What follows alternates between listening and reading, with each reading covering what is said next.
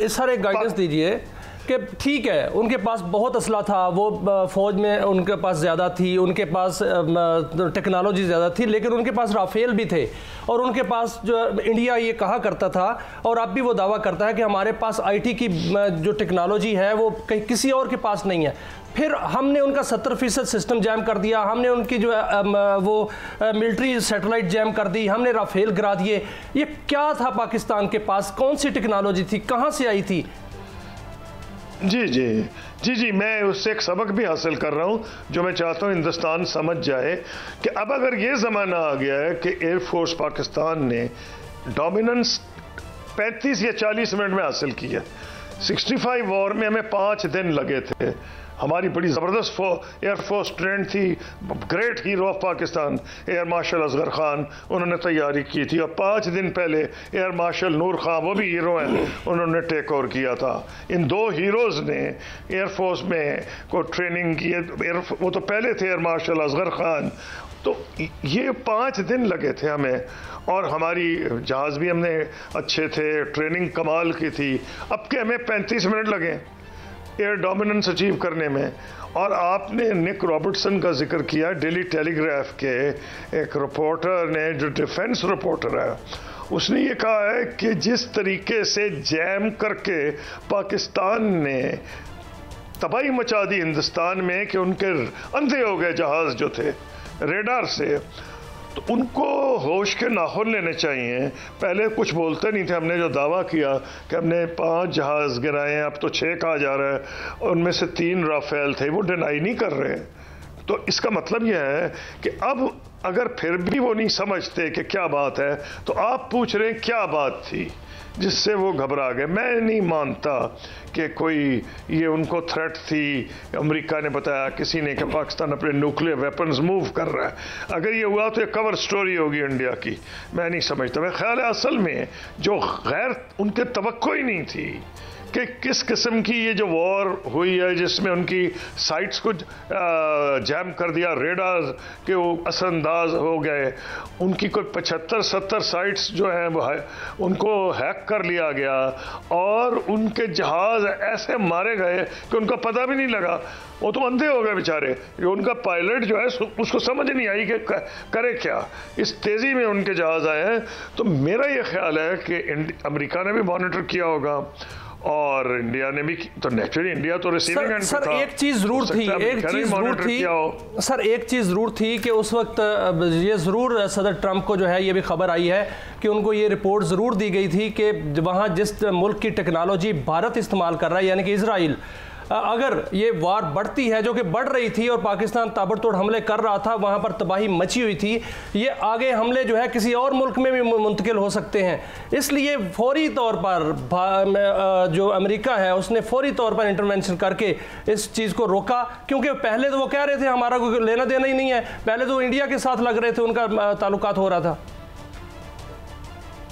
देखिए, मैं माजरत से, क्योंकि मेरी आदत है कि मैं कोशिश करूं कि पब्लिक को कोई समझा भी दूं, मैं इसको नहीं मानता, क्योंकि पाकिस्तान एक बड़ा रिस्पॉन्सिबल मुल्क है। Let me be very clear, our nuclear weapons are only meant for India and for no other country.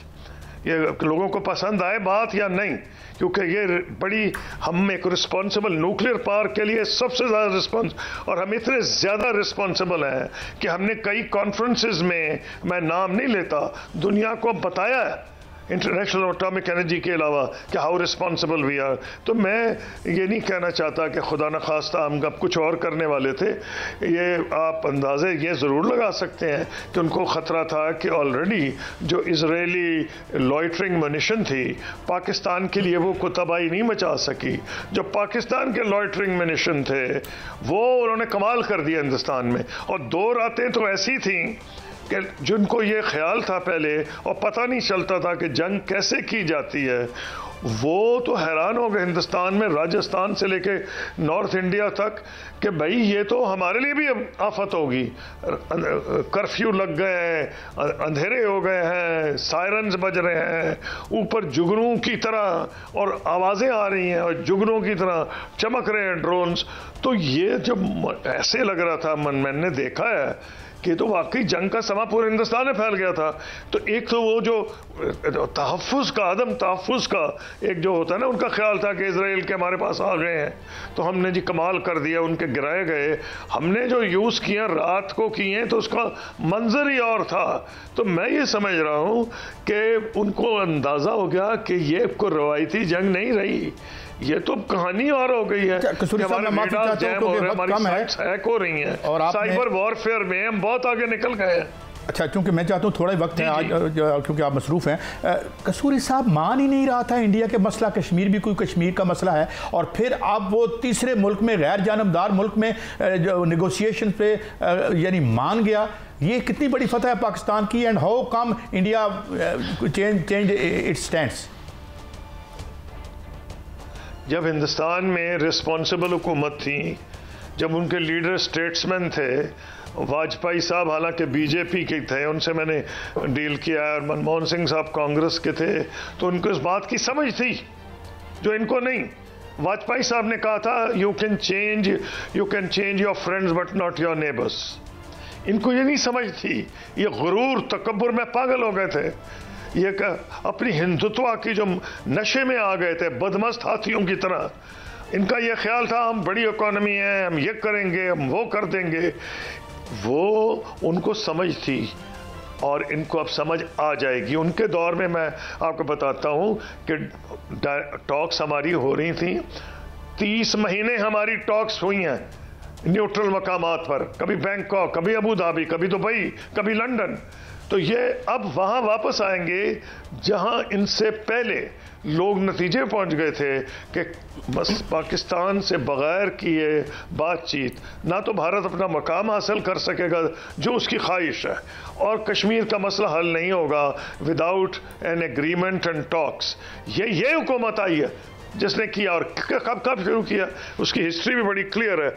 इन्होंने उस वक्त किया है, मैं हैरान हो गया कि मैं जब भी जाता था दिल्ली तो मैं जो हमारी हाई कमीशन है हुर्रियत कॉन्फ्रेंस से मेरी मीटिंग कराती थी, कश्मीरी लीडर से मुलाकात कराती थी। क्यों? कि हम उन्हें बता रहे, मैं उनको कॉन्फिडेंस में डिटेल लिए बगैर बता रहा था कि जो हम कश्मीर की सेटलमेंट करने जा रहे हैं तो हमारे हकूक़ का तहफ़्फ़ुज़ है। इनको नहीं समझ आई, कांग्रेस को ये समझ थी। मैंने कांग्रेस को बता दिया था कि अगर कश्मीरियों ने रद्द कर दिया जो हम प्रॉब्लम्स, जो हम ढांचा बना रहे हैं, तो पाकिस्तान की पब्लिक ओपिनियन उसको रिजेक्ट कर देगी, ऐसे सोल्यूशन को जिसमें हुर्रियत एक्सेप्टेबल ना करे। इसलिए उनको हम ब्रीफ करेंगे।